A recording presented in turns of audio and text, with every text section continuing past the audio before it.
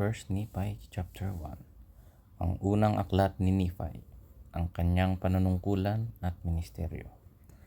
Ulat tungkol kay Lehi at sa kanyang asawang si Saraya at sa kanyang 4 na anak na lalaki na tinatawag sa mga pangalan mula sa panganay, Layman, Lemuel, Sam at Nephi. Ang Panginoon ay nagbabala kay Lehi na lisanin ang lupain ng Jerusalem, sapagkat nagpropesiya siya sa mga tao hinggil sa kanilang kasamaan at ang hinangad nila kitlin ng kanyang buhay. 3 araw siyang naglakbay sa ilang kasama ang kanyang mag-anak. Isinama ni Nephi ang kanyang mga kapatid at bumalik sa lupain ng Jerusalem upang kunin ang talaan ng mga Hudyo. Ang ulat ng kanilang mga pagdurusa, isinama nila ang mga anak na babae ni Ismael upang maging mga asawa. Isinama nila ang kanilang mga anak na nagtungo sa ilang, ang kanilang mga pagdurusa at paghihirap sa ilang, ang landas ng kanilang mga paglalakbay. Dumating sila sa malawak na katubigan. Ang mga kapatid ni Nephi ay naghimagsik laban sa kanya. Sila ay kanyang tinulig at gumawa ng isang sasakyang dagat. Tinawag nila ang pangalan ng puok na masagana. Sila ay tumawid sa malawak na katubigan patungo sa lupang pangako at iba pa. Ito ay ayon sa ulat ni Nephi, o sa ibang mga salita, ako si Nephi ang sumulat ng talang ito. Kabanata 1. Sinimulan ni Nephi ang tala ng kanyang mga tao. Nakita ni Lehi sa pangitain ng isang haliging apoy at bumasa siya sa isang aklat ng propesiya. Pinuri niya ang Diyos, ibinadya ang pagparito ng Mesiyas, at iparinopesiya ang pagkawasak ng Jerusalem. Inusig siya ng mga Hudyo, mga 600 BC. Kabanata 1. Ako si Nephi, na isinilang sa butihing mga magulang. Kaya nga naituro sa akin ng lahat halos ng karunungan ng aking ama. At sapagkat nakita ko ang maraming paghihirap sa paglipas ng aking mga araw, gayon man sapagkat labis na pinagpala ng Panginoon sa lahat ng aking mga araw, oo, dahil sa pagkakaroon ng malaking kaalaman tungkol sa kabutihan at sa mga hiwaga ng Diyos, kaya nga gumawa ako ng isang tala tungkol sa aking mga gawain noong aking mga araw. Oo, ako ay gumawa ng isang tala sa wika ng aking ama, na binubuo ng karunungan ng mga Hudyo at ng wika ng mga taga-Ehipto. At nalalaman ko na ang talaang ginagawa ko ay totoo. At ginagawa ko ito sa pamamagitan ng sarili kong kamay. At ginagawa ko ito ayon sa aking kaalaman. Sapagkat ito ay nangyari na sa pagsisimula ng unang taon ng paghahari ni Zedekiah, hari ng Juda. Ang aking amang si Lehi ay nanirahan sa Jerusalem sa lahat ng kanyang mga araw. At sa taong ding iyon ay nagkaroon ng maraming propeta, nagpropesiya sa mga tao na kinakailangan nilang magsipagsisi. Oo, ang dakilang lungsod ng Jerusalem ay tiyak na mawawasak. Dahil dito, ito ay nangyayari na ng aking amang si Lehi. Habang lumalakad siya ay nananalangin sa Panginoon. Oo, maging ng kanyang buong puso para sa kapakanan ng kanyang mga tao. At ito ay nangyayari na habang nananalangin siya sa Panginoon, may lumitaw na isang haliging apoy at lumapag sa ibabaw ng isang malaking bato sa harapan niya. At marami siyang nakita at narinig. At dahil sa mga bagay na kanyang nakita at narinig, siya ay nangatal at nanginig ng labis. At ito ay nangyayari na bumalik siya sa kanyang sariling bahay sa Jerusalem. At hinihimlay niya ang sarili sa kanyang higaan, sapagkat napuspos ng espiritu at ng mga bagay na kanyang nasaksihan. At nasa gayong pagkakapuspos ng Espiritu, siya ay natangay ng isang pangitain. Maging ang kalangitan ay nakita niyang nabuksan at kanyang napagtanto na nakita niya ang Diyos na nakaupo sa kanyang trono. Pagliligiran ng hindi mabilang na mga lipunpon ng mga anghel na nasa ayos na pag-awit at pagpuri sa kanilang Diyos.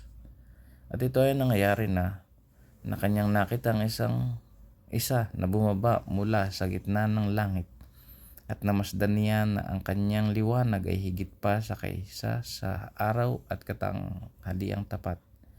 At nakita rin niya ang 12 iba pa na sumunod sa kanya. At ang kanilang liwanag ay higit pa kaysa sa mga bituin sa kalangitan. At sila ay bumaba at humayo sa balat ng lupa.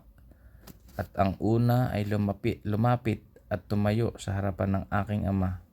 At iniabot sa kanya ang isang aklat at inatasan siya na dapat niyang basahin. At ito ay nangyari na habang nagbabasa siya ay napuspos ng Espiritu ng Panginoon. At nabasa niya sinasabing, sa Aba, sa Jerusalem, sapagkat nakita ko ang iyong mga karumaldumal na gawain. Oo, at maraming bagay ang nabasa ng aking ama hinggil sa Jerusalem, na ito ay wawasakin, at ang mga naninirahan doon, marami ang masasawi sa pamamagitan ng espada at marami ang madadalang bihag sa Babylonia.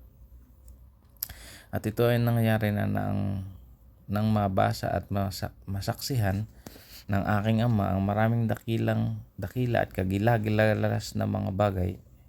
Siya ay napabulalas ng maraming bagay sa Panginoon, gaya na dakila at kagilagilalas po ang inyong mga gawa, o Panginoong Diyos na pinakamangpangyarihan. Ang iyo pong trono ay mataas sa kalangitan, at ang iyo pong kapangyarihan at kabutihan at awa ay sumasa lahat ng mga naninirahan sa mundo. At sapagkat kayo po ay maawain, hindi ninyo ipinahihintulot na mga sawi ang mga yaong lumalapit sa inyo. At ganito ang pamamaraan ng pananalita ng aking ama sa pagpuri sa kanyang Diyos, sapagkat ang kanyang kaluluwa ay nagalak at ang kanyang buong puso ay napuspos dahil sa mga bagay na kanyang nakita, na ipinakita ng Panginoon sa kanya. At ngayon, ako si Nipay ay hindi gumagawa ng buong ulat ng mga bagay na isinulat ng aking ama, sapagkat marami siyang bagay na isinusulat na kanyang nakita sa mga pangitain at sa mga panaginip. At marami rin siyang isinulat ng mga bagay na kanyang ipirinopesiya at sinasabi sa kanyang mga anak na hindi ko gagawan ng buong ulat. Subalit ako ay gagawa ng ulat ng aking mga ginawa sa aking mga araw. Dinggin, ako ay gumawa ng isang pinaikling tala ng aking ama sa mga lamin ng aking ginawa sa pamamagitan ng sarili kong mga kamay. Ano pat matapos kong mapaikli ang tala ng aking ama, ay gagawin ko naman ang isang ulat ng sarili kong buhay. Sa makatuwid, nais kong malaman ninyo na matapos ipakita ng Panginoon ang napakaraming kagilagilalas na bagay sa aking amang si Lihay, hinggil sa pagkawasak ng Jerusalem, dinggin, siya ay humayo sa mga tao at nagsimulang magpropesiya at magpahayag sa kanila hinggil sa mga bagay na kanyang nakapuan niya nakita at narinig. At ito ay nangyayari na kinutya siya ng mga Hudyo dahil sa mga bagay na kanyang pinatotohanan sa kanila, sapagkat tunay na kanyang pinatotohanan ang kanilang mga kasamaan at kanilang mga karumaldumal na gawain. At pinatotohanan niya ang mga bagay na kanyang nakita at narinig. At gayon din ang mga bagay na kanyang nabasa sa aklat ay maliwanag na ipinahayag ang tungkol sa pagparito ng Mesiyas. At gayon din ang pagtubos sa sanlibutan. At nang marinig ng mga Hudyo ang mga bagay na ito, sila ay nagalit sa kanya, o maging tulad sa mga propeta noong unang panahon na kanilang pinagtabuyan at binato at pinatay. At kanila ring hinangad ang kanyang buhay upang ito ay kanilang kitlin. Datapwat dinggin, ako si Nipay ay magpapatunay sa inyo na ang magigiliw na awa ng Panginoon ay sumasa lahat ng kanyang mga pinili dahil sa kanilang pananampalataya, upang gawin silang malakas maging sa pagkaroon ng kapangyarihang maligtas. Dito sa chapter 1, ano yung iyong naintindihan?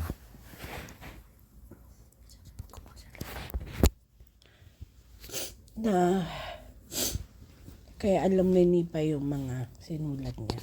Hindi dahil kinupi lang niya, pero dahil siya mismo yung nakakita ng mga parang propesya din. Nakita niya binakita sa kanya ng Diyos. So, kaya siya naging matatag dahil alam niya, nakita niya. Dahil hiningi niya.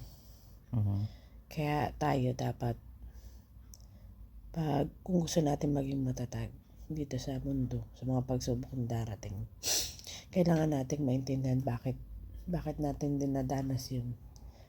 Pero para mo makita yun, kailangan mong hingin yung sagot. Kailangan mo rin maging ready sa sagot na ibibigay sa'yo. Dapat handa kang tanggapin. Kasi kagaya ng mga kapatid niya, hindi sila nagtanong. Kaya kahit matanda na sila, hindi pa rin nila maintindihan. Dahil hindi nila ginusto na intindihin. Hindi talaga pwede na ibibigay sa'yo ng Diyos lahat. Kailangan may effort ka. Yun. Kaya tama yun na kasi kung halimbawa si baby lalabas na. Pag naituro sa kanya yung mga bagay na mabuti, kung siya rin mismo yung hihingi sa Diyos, malalaman niya yung mga bagay na magbibigay ng kaligtasan para sa kanya. Correct. Saka dito yan talagang magkakameron tayo ng isang responsibilidad. Parang ipinakita rin dito ni Nipay na responsable din yung mga magulang niya. Kasi goodly parents. Kaya tayo na magiging parents, kailangan din na maging huwaran tayo ng ating anak or magiging mga anak. Correct. So yun, alam natin na kapag tayo ay patuloy na magbabasa ng Aklat ni Mormon or ng mga banal na kasulatan, maituturo din natin sa anak natin yan. Correct.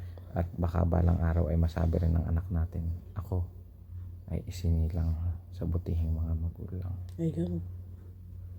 So, lahat na ito ay iniiwan natin sa pangalan ni Jesus Christ. Amen. Amen. Alright.